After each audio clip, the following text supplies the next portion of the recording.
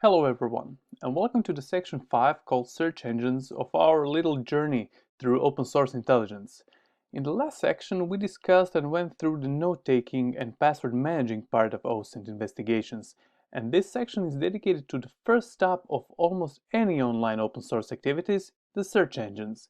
If you immediately thought of Google when I mentioned search engines, you could not be that off course, but believe me, there are a lot of other great resources out there in the context of search engines, which we will cover now. Now I would like to do a quick overview of this section so you can learn what are we in for. Okay, our first stop is Google. And as you are probably familiar with, there are entire books dedicated to Google searching and Google hacking.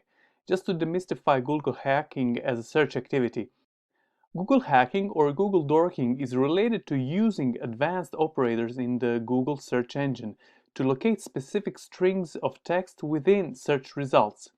Mostly it is used in penetration testing and securing computer networks, and it could easily become an overkill for your investigation of someone's personal information via the search engine, but that is the way it works.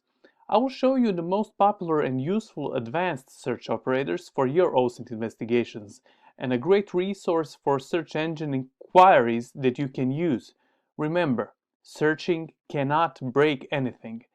Besides these advanced search operators, I will show you a great resource for Google search queries on exploit-db.com. After that, I will show you a quick overview how to create your own custom search engine based on the Google searches. Also, as additional tips, I will show you the good use of Google Images searches, then the iSearchFrom.com tool and the Wayback Machine, but won't spoil the fun on telling you now what they are. After Google, we will discuss other search engines, and I have to be honest here. Google is not my main search engine in any of my search-related activities. We'll go through the privacy-oriented engines and also the country-specific engines, because almost every bigger country has its own flavor of a search engine. And as a last topic, I left FTP or the File Transfer Protocol to cover, because I think that is one of the biggest overlooked or maybe forgotten parts of the internet when conducting searches. And you will see later what I mean by that. Hi and welcome back to our first hands-on video of the search engine section. Now I will demonstrate a few of the most useful advanced search operators you can use on Google to get the search results you want, plus a great resource for Google search queries. Here we are on our secure and private browser. As I have mentioned before, Google is our first stop, so let's go there. Okay, you will have a much better time finding what you're looking for if you learn some of the special keywords and symbols that search engines use. Our first one are the quotation marks, like this. Placing quotes around any search term tells Google to search exactly what you tell it to search. For example, when I type in learn open source intelligence and press enter, I get over 650 million results, and that is a lot. But when I put the search term learn open source intelligence in quotations, press enter, I get around 12,000 results, and that is much better, but still too much for me. Let's add the word about, so it goes quotation learn about open source intelligence and quotation. Now we get about 2300 results, and that is much better. Try this out with anything. I would recommend for you to use your name first. Now for the second advanced operator, and that is which I use a lot in any of my search engine activities, and that is the cite operator. Just let's clear this up. This search operator simply allows you to get results only from one website. It shows you only the results containing the search terms from one domain. Allow me to show you how is it used. Type cite column, and now the targeted website or the domain. I'm going to use code red.eccouncil.org space and the search term black hat and enter. As you can see in the search results, only the results from the code red.eccouncil.org domain are being shown. And there are only 24 results, which is great. Try putting the search term in quotations and see how that goes. Maybe you will be lucky and get only a few results. Let's clear this up again. And now one of my favorite operators, and that is the file type operator. This advanced search operator, when used, tells Google to only provide you results with a specific file type you included. Allow me to show you. I want to search only for PDF files in regard to the search term open source intelligence. So I will type file type, column PDF as the file type of interest, space open source intelligence, and enter.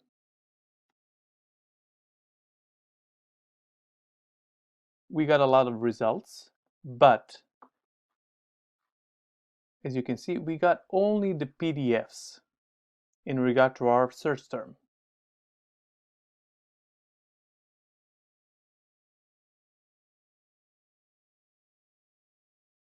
This operator also works on the search engine Bing.com, just for you to have in mind.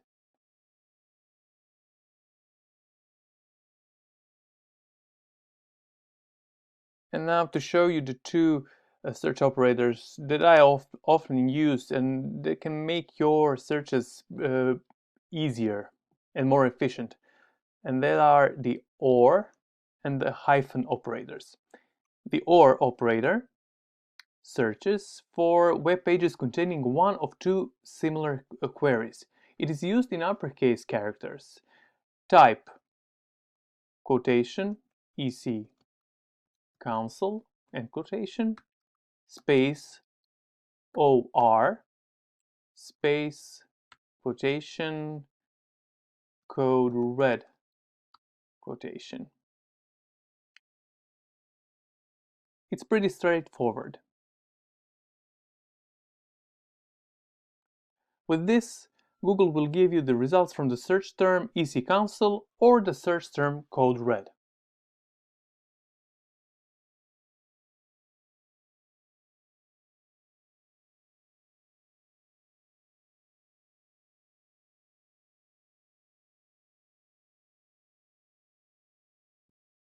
And now for the second operator, the hyphen. The hyphen operator is great to use when you want to exclude some content from appearing within the results. Let's try it. Type quotation mark, code red and quotation mark, space hyphen EC Council. As you can see, there is no EC Council mentioned in the search results. But when I remove the hyphen and press enter, the EC Council code red immediately appears all over the search results.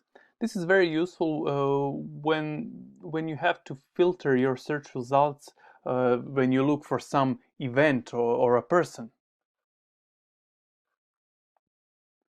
Now, there are more advanced search operators, and I will just mention them for you to check them out after this video.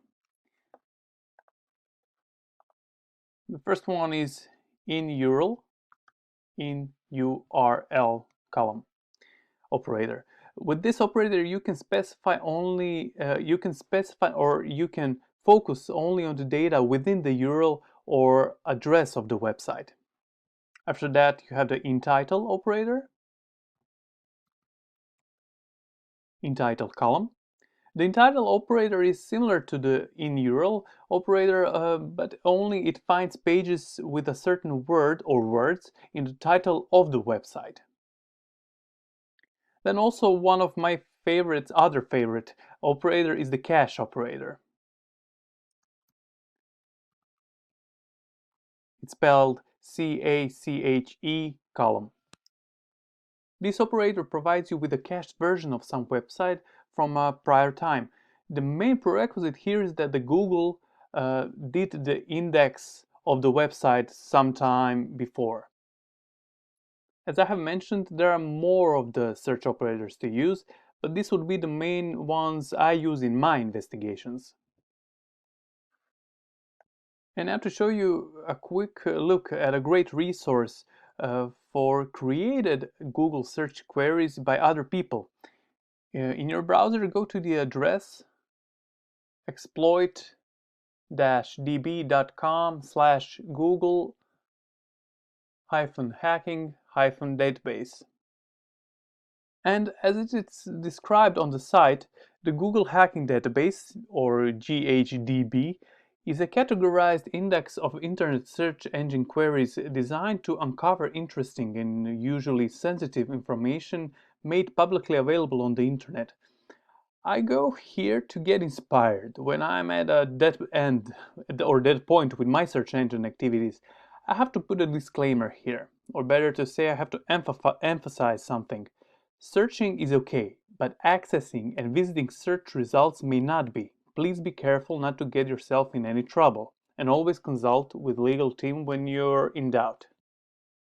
And now, after our Google hacking, we are ready to go to the next step, and that is the Google custom search engine part that we will cover in the next video. So see you there.